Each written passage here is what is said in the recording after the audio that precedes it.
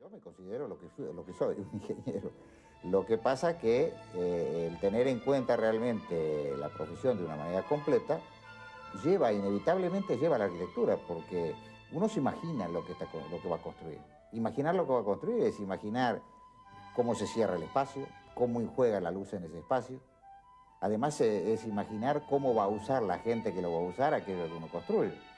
Cómo se inserta eso que uno construye en la realidad previa de lo que ya está construido. Quiere decir que inevitablemente se va a morir a la esencia de la arquitectura, ¿no? Eladio Dieste redescubre el valor simbólico y expresivo a través de los elementos y de las formas que se habían desarrollado durante siglos de construcción y que habían sido abandonados por el estilo moderno. Después de la Segunda Guerra Mundial, a Uruguay se le cierran las puertas del comercio internacional con la restricción a cambio a moneda extranjera. Sus lazos con Europa se debilitaron y se perdieron mercados uruguayos debido a políticas aplicadas por Estados Unidos. Se limitó la libertad de expresión y las manifestaciones contra el régimen fueron reprimidas. En 1967, manifestaciones populares reclamaron una solución. Asume un nuevo presidente que ataca la Constitución, arruinando la economía del país y aumentando su dependencia e intereses extranjeros. El Plan Nacional de Desarrollo de 1972 intentó equilibrar la economía, pero los altos niveles de inflación no permitieron que funcionara. En 1973 se institucionaliza la participación militar en el gobierno, dando comienzo a una etapa de censura. Finalmente, en 1980 se hace más latente la transición a una democracia y el fin de la dictadura. Eladio Dieste se inspira en las necesidades de su pueblo, entre ellas la falta de espacio y la capacidad económica que no era elevada. La ausencia en Uruguay de tecnologías constructivas de avanzada se transforma para Eladio en un desafío a resolver y sirve de base para el desarrollo cada vez más refinado de su técnica. Economía y belleza son dos rumbos sin contradicción en la obra de Dieste. El ingeniero, aquel que calcula la estructura mínima según el dictado de las leyes y las fórmulas para que las cosas no se caigan. Un ojo artístico que busca proporcionar con la medida justa los tamaños de las cosas, preparándolas para ser miradas. En medio de esta crisis surge lo que para nosotras no es un estilo arquitectónico, sino una actitud frente a la misma. Como decía Eladio, que no se tome mi obra como modelo, sino que frente a cada problema se lo piense de nuevo como un problema nuevo. Toda arquitectura, con sus valores constructivos y sus técnicas de desarrollo, contribuye a modelar el ámbito físico y cultural de un medio histórico determinado. Por lo tanto, la arquitectura latinoamericana debe buscar su identidad local insertada fuertemente en el lugar y en las tradiciones propias de su pueblo. Toda una generación de arquitectos americanos que entrevieron el riesgo de la globalidad elaboraron alternativas de una arquitectura nacional y regional fundada en las culturas, las temáticas y los recursos vinculados con su medio geográfico y sus tradiciones.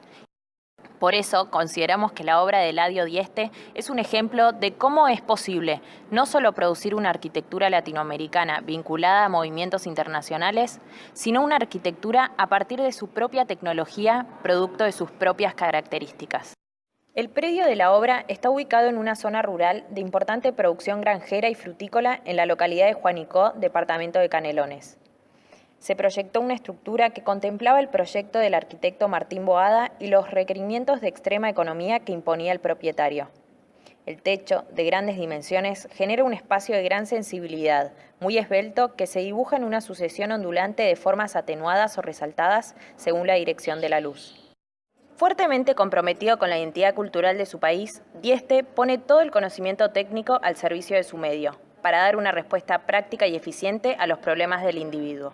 En ese sentido, la ausencia en Uruguay de tecnologías constructivas de avanzada se transforma para él en un desafío a resolver y sirve de base para el desarrollo cada vez más refinado de su técnica, la cerámica armada.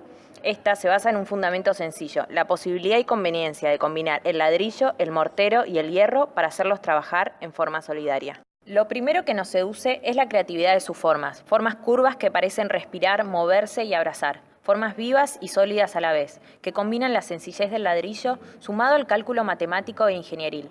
Formas que limitan espacios libres y definen el exterior, volúmenes poco frecuentes pero que nos resultan familiares. Dieste logra hacernos sentir cercano lo ajeno, cálido lo gigantesco y hasta como propias las construcciones industriales menos cotidianas, depósitos, fábricas o gimnasios. Parece ser una regla en la arquitectura de Dieste que las paredes se muevan o que los techos se abran para dejar pasar la luz, porque la luz es un protagonista de primer nivel. La luz nos revela las cosas más sencillas, que son a la vez las esenciales: la textura de las superficies, la forma de los huecos, el movimiento de las curvas. En Espacios Austeros, Dieste desarrolla una poética del espacio que abarca profundas consideraciones económicas, éticas y culturales.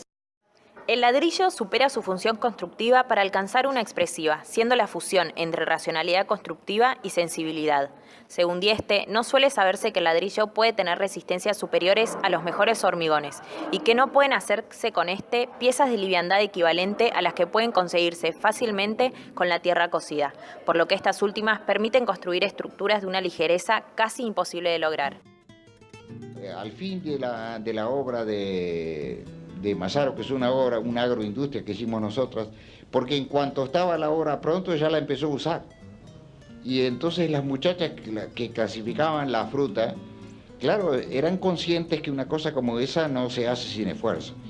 Y que en realidad ese esfuerzo está hecho por ellos, para que tengan un lugar noble donde trabajar. Y eso se lo expresan. No se lo expresan y probablemente lo sabrían expresar en palabras, pero se lo expresan en la manera de mirar, en la manera de sonreír, en la manera de saludar. Y uno lo siente, eso lo siente, uno una especie de, como de cordialidad profunda, ¿no? Como conclusión, podemos decir que Eladio Dieste logró en la búsqueda de un sistema constructivo que aprovecha las tecnologías, materiales y mano de obra disponibles en el Uruguay de aquel entonces, tomando distancia del estilo internacional homogeneizante. En definitiva, un claro ejemplo de lo que nosotras entendemos como regionalismo crítico. Y a partir de esto, creemos que tiene una gran importancia para el éxito internacional de la producción cultural de un país, ya que al rechazar la idea concebida en el modernismo de una arquitectura o un estilo internacional, Dieste busca, a través de la conexión con el entorno, representar al carácter de Uruguay sin caer en lo vernáculo ni en aspectos historicistas.